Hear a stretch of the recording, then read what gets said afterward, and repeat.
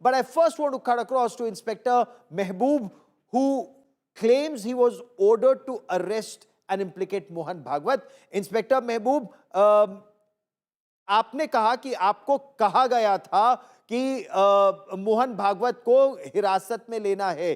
किसने आपको कहा था? क्या आपको हुक्म दिया गया था? क्या आपको आदेश मिला था?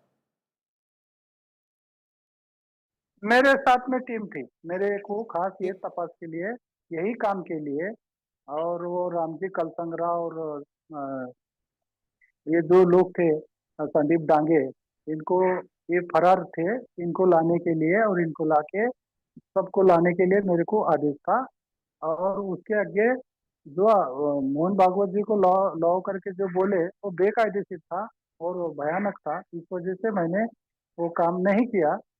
फिर उनके समझ में आया कि ये काम तो नहीं किया मगर ये सीक्रेट इसको सब मालूम है, इसलिए मेरे पर एक झूठी केस दाखिल किए और मेरे को अरेस्ट किए। फिर अरेस्ट करने के बाद में जब केस चली तो मैंने ये जो भी मेरे पास एविडेंस है, जो मेरे पास आदेश थे, जो मेरे मैंने जो जो काम किया, अच्छा काम किया, जी। वो उनको समझाया था। जो मेरे पर इन्होंने झूठा किया उसके बारे में मेरे पास जो भी है वो कोर्ट में मैं पेश किया। आज की बात नहीं है, 10-15 साल पहले की बात है ये। और मैं वो केस में से बरी हो गया और यही यही बेस पे बरी हो गया। फिर बरी होने के बाद जो डॉक्यूमेंट है एटीएस के, ये मालेगांव बलम ब्लास्ट के बारे में, मोहन भागवत जी के बारे में, संदीप डांगे, रामजी कलसंगरा, और जो आरडीएक्स, इसके बारे में मैंने एफिडेविट दिया था, एविडेंस दिया था। वो पूरे डॉक्यूमेंट वापस से एनआरआई के कोर्ट में, अभी जो कल केस बरी हुई उसमें भी नहीं, लेकिन मैं वो आपसे चले ये गए समझना चाहता हूं। और उसका वर्डिक्ट आया है। ठीक है, ठीक है। मैं जो बात आपसे समझना चाहता हूं वो ये है कि महाराष्ट्र पुलिस में कुछ ऐसे अधिकारी हैं जो महाराष्ट्र में हमारे रिपोर्टर्स को ये बता रहे हैं कि आप वो जो एटीएस की कोर टीम बनी थी, जो जांच कर रही थी, जो गिरफ्तारी कर रही थी, आप तो उसका भाग नहीं थे। आपके खिलाफ तो कार्रवाई भी की गई थी। आपको उस पर क्या कहना है? एटीएस में ही था, 8 महीने था। पूरे 8 महीने मेरे को डेपुटेशन पे लिया गया था। वो 8 महीने का पगार मेरा आज तक कहीं भी नहीं दिया, कहीं भी नहीं दिए। और मेरे को उन्होंने रिवॉल्वर इशू किया था गवर्नमेंट का, और डिपुटेशन पे लिए गए थे, और मेरे को मेरे चॉइस के पुलिस कर्मचारी दिए गए थे। सर्विस सीक्रेट फंड से पैसा दिया गया था, और तपास करने के लिए जो जो चाहिए वो सुविधा दिए थे।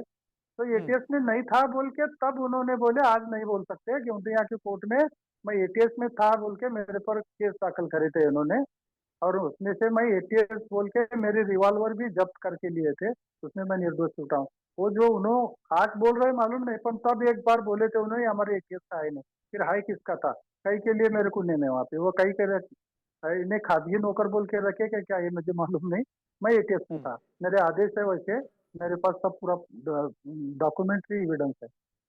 आप कह रहे हैं आपके पास डॉक्यूमेंट है, आपको आदेश मिला था और आपको तपास यानी जांच करने को बोला था, और मोहन भागवत की गिरफ्तारी आपको, आपका कहना है, ये कहा गया था।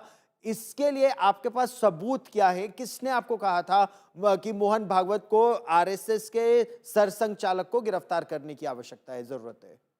वो सब एविडेंस है मेरे पास, लिखित में है, और मैंने कोर्ट में भी पेश किया है। कोर्ट में भी ये बात इसकी चर्चा हो गई, कोर्ट में भी इसके बारे में क्या वो हो गया।